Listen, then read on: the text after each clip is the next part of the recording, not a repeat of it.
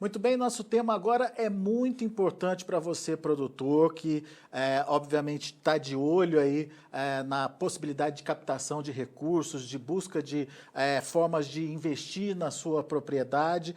Está agora na fase de operacionalização o FIAGRO, o Fundo de Investimento da Cadeia do Agronegócio. Aquilo que estava no papel começa a virar realidade e essa estruturação do FIAGRO na prática já começa a trazer bons resultados, ou pelo menos uma motivação a mais para os investidores. A gente vai conversar agora com o Dr. André Ricardo Passos de Souza. O Dr. André é sócio fundador do escritório de advocacia Passos e Chica Advogados Associados. Está acompanhando de perto toda essa reestruturação e formação aí das bases, digamos assim, do FIAGRO, desse fundo de investimentos aí do agronegócio, e tem boas notícias. Doutor André Ricardo, seja bem-vindo, obrigado pela participação conosco aqui no Notícias Agrícolas. Como é que está esse processo de operacionalização do FIAGRO? Está saindo do papel efetivamente? Já temos boas notícias? Como é que está essa situação, doutor? Ô Alex, muito bom dia. Eu que agradeço aí o convite. É um prazer falar com o Notícias Agrícolas, né? O web espectador do Notícias Agrícolas. O FIAGRO está virando realidade, né? O fato é que depois, né, de um início em que carecia de uma regulação da CVM, que veio, né, em julho, né, em 13 de julho especificamente, né, com 3 tipos de FIAGRO, né, FIAGRO Terras, FIAGRO Direitos Creditórios e FIAGRO Investimentos. Os primeiros FIAGRO para investimento em terras e FIAGROS para investimentos em direitos creditórios já obtiveram registro na CVM, já são realidade e suas cotas, inclusive, já estão sendo vendidas, né, em plataformas, né, como essas plataformas que vendem investimentos direto de corretoras e etc. ao investidor do mercado financeiro de capitais, para que possam, então, né, ser disponibilizados esses investimentos para o grande público, que, portanto, está sedento, né, está ávido para capturar um pouco de renda, né, do agricultor brasileiro, que é muito bem sucedido, que vem performando há anos e que hoje aguça, né, a expectativa desse investidor que estava habituado a investir em fundos de investimento imobiliário, em fundos de investimento de imóveis corporativos, em ações de outros setores, para investir no campo através desses veículos, o FIAGRO, que, como você bem disse, já são realidade, já estão em funcionamento, em operacionalização em muitas das casas aí que colocam esses investimentos no mercado para os investidores. Na prática, o que de concreto já existe, doutor? Que tipo de investimento já está acessível e como é que isso tem atraído o investidor? Ou se tem atraído o investidor? Bom, na prática, muitas dessas casas de investimento já estão fazendo seus pedidos, né, de registro dos FIAGROS, já estão fazendo a estruturação dos FIAGROS, os FIAGROS já estão sendo discutidos, né, como veículo de estruturação em vários dos setores do agronegócio, né, lembrando, FIAGRO, Fundo de Investimentos nas cadeias do agronegócio. Então, ela permeia desde o antes da porteira até o depois da porteira. Então, os primeiros fundos que saíram são fundos que já estavam, né, vamos dizer assim, em andamento, que investiam em terras, e novos fundos que investem em direitos creditórios do agronegócio, que utilizavam outros formatos, como os fundos de investimento em direitos creditórios não padronizados, que foram solicitados que fossem registrados como FIAGRO. Então, na prática, hoje, respondendo à sua pergunta, você já tem disponível para investimento no mercado, investimento em terras, ou seja, capturar aí mais-valia de terras e o valor do arrendamento pelo poupador que tem interesse em comprar essas cotas, e também investimentos em títulos do agronegócio, operações que seriam operações de certificados de recebíveis do agronegócio, CRA, LCA, letra de crédito do agronegócio, que são vendidas também ao mercado, já estão sendo encarteiradas, compradas pelo FIAGRO e vendidas, então, as cotas desses FIAGRO direitos creditórios no mercado, que são os primeiros tipos de FIAGRO que chegaram para venda, como eu disse, nessas plataformas dessas corretoras que atuam aí vendendo, inclusive através de aplicativos, representantes, etc. Muito bem. E a atratividade, como é que está sendo a receptividade aí do investidor, principalmente, primeiramente? Muito boa, né? Porque eles conseguem capturar uma boa remuneração, né? Hoje está girando em torno de CDI mais 4%, CDI mais 5%, né? Essa possibilidade de ganho, que é razoável, né? Num título de renda fixa, né? Que são basicamente a estruturação dessas operações, são fundos de investimento no agronegócio, mas que a ideia, né, obviamente, respeitando cada prospecto de investimento de cada fundo, mas a ideia é diversificar e entregar ativos que seriam, né, ativos comparáveis a títulos de renda fixa, né, a certificados recebíveis do agronegócio, letras de crédito do agronegócio. Então, portanto, uma taxa atrativa e que justifica, obviamente, o apetite desses investidores em diversificar os investimentos e levar os seus recursos para o agronegócio brasileiro. E esses recursos já estão chegando na ponta final, ou seja, no produtor rural, e como é que está esse acesso nesse momento, doutor? Alex, muito boa pergunta. A tendência é que isso, na medida em que esses investimentos sejam materializados, operacionalizados, chegue na ponta final no produtor rural, através da gestão desses fundos, né? Que tem as suas políticas de crédito, que vai selecionar os produtores rurais que vão receber esses recursos e etc. O ponto é, quanto mais liquidez nós tivermos e mais competição nós tivermos, mais fundos a gente vai ter e mais recursos carreados ao agronegócio.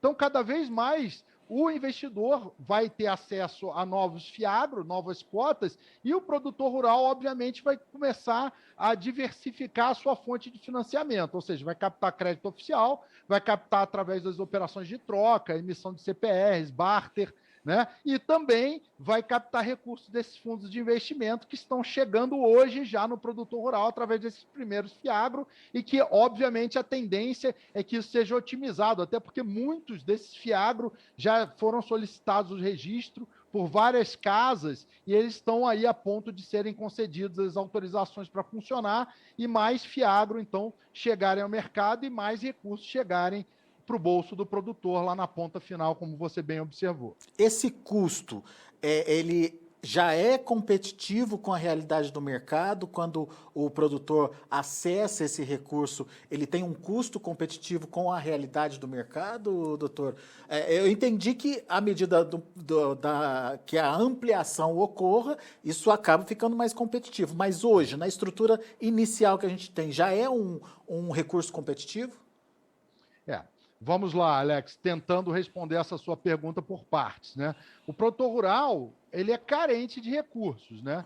Ele tem algumas limitações nas operações de crédito atuais, que são necessidade de oferecer garantias, né? Necessidade de ter uma relação comercial com uma revenda, muitas vezes, né? Necessidade, muitas vezes, até de apresentar balanços para obter operações de mais vulto junto às instituições financeiras, junto às securitizadoras. Então, na medida em que isso é uma nova fonte, obviamente, isso vai representar para o produtor um pool maior de liquidez, uma possibilidade nova de financiamento que necessariamente, num primeiro momento, vai ser competitivo e a valores de mercado. E num segundo momento, né, com um maior afluxo desses recursos, potencialmente, como você bem observou, vai tender a oferecer taxas mais atrativas. Mas hoje, essas taxas estão flutuando aí num valor já no mix, vamos dizer assim, de taxas de mercado que o produtor já está acostumado a captar e, obviamente, tendendo no curto, médio prazo, na medida em que a maior parte desses novos fundos vierem ao mercado,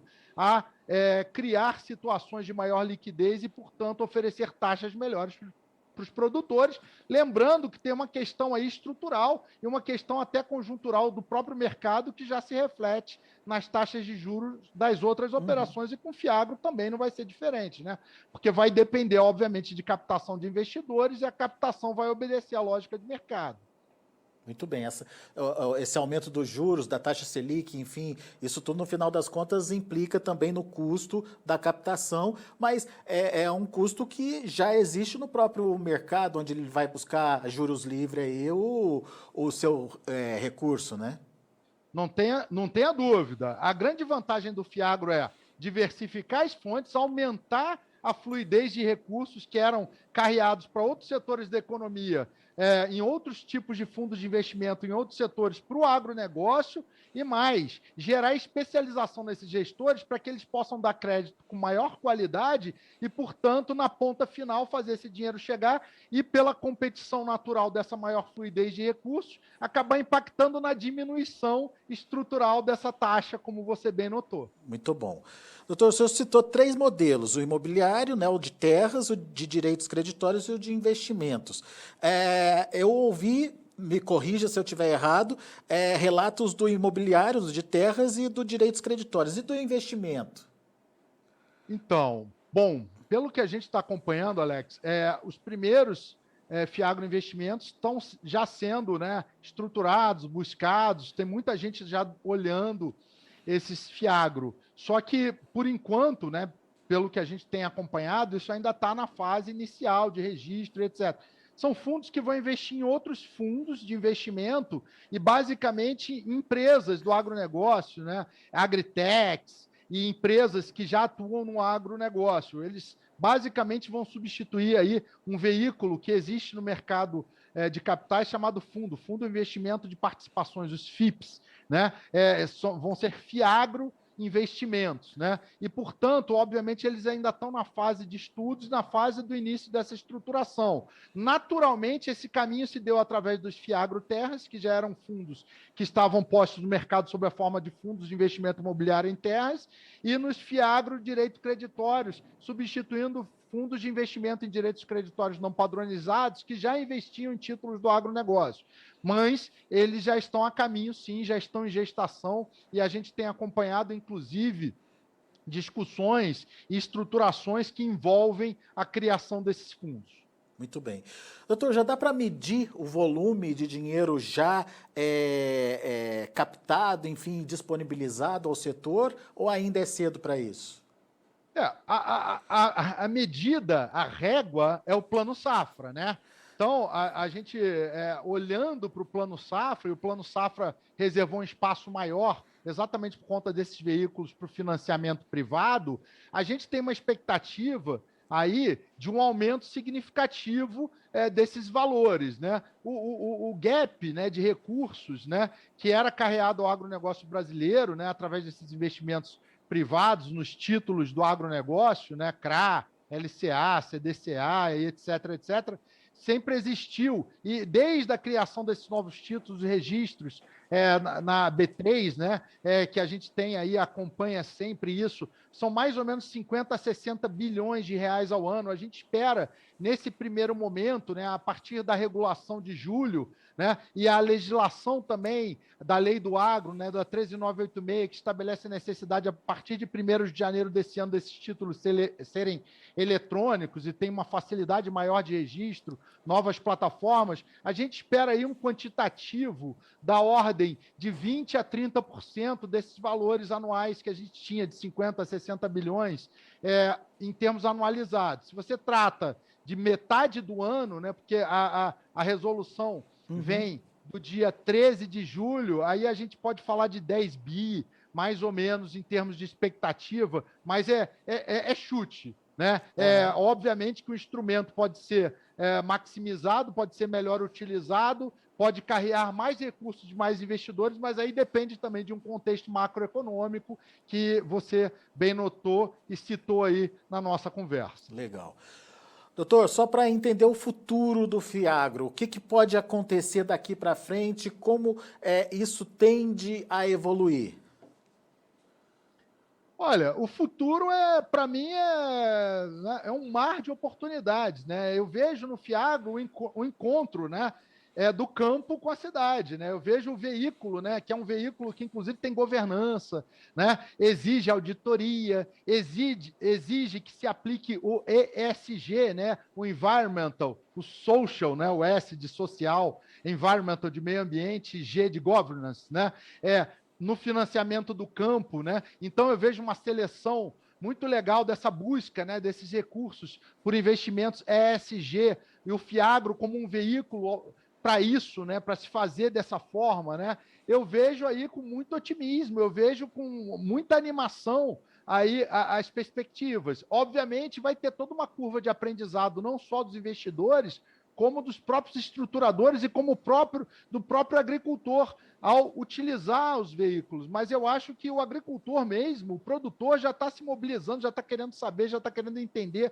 A gente tem recebido demandas, né, consultas, até de cooperativas, por exemplo, estão se interessando, né, em tratar do tema, né? Recentemente, eu tive a oportunidade de escrever um artigo numa revista especializada na agroanálise, que eu faço uma simulação exatamente da questão da cooperativa tendo por espelho um Fiagro e provocando essa discussão e mostrando os benefícios disso, né? E eu acho que isso já está sendo compreendido como uma ferramenta que vai mobilizar e viabilizar uma série de novas operações e viabilizar principalmente que novos recursos cheguem ao produtor e cheguem ao campo.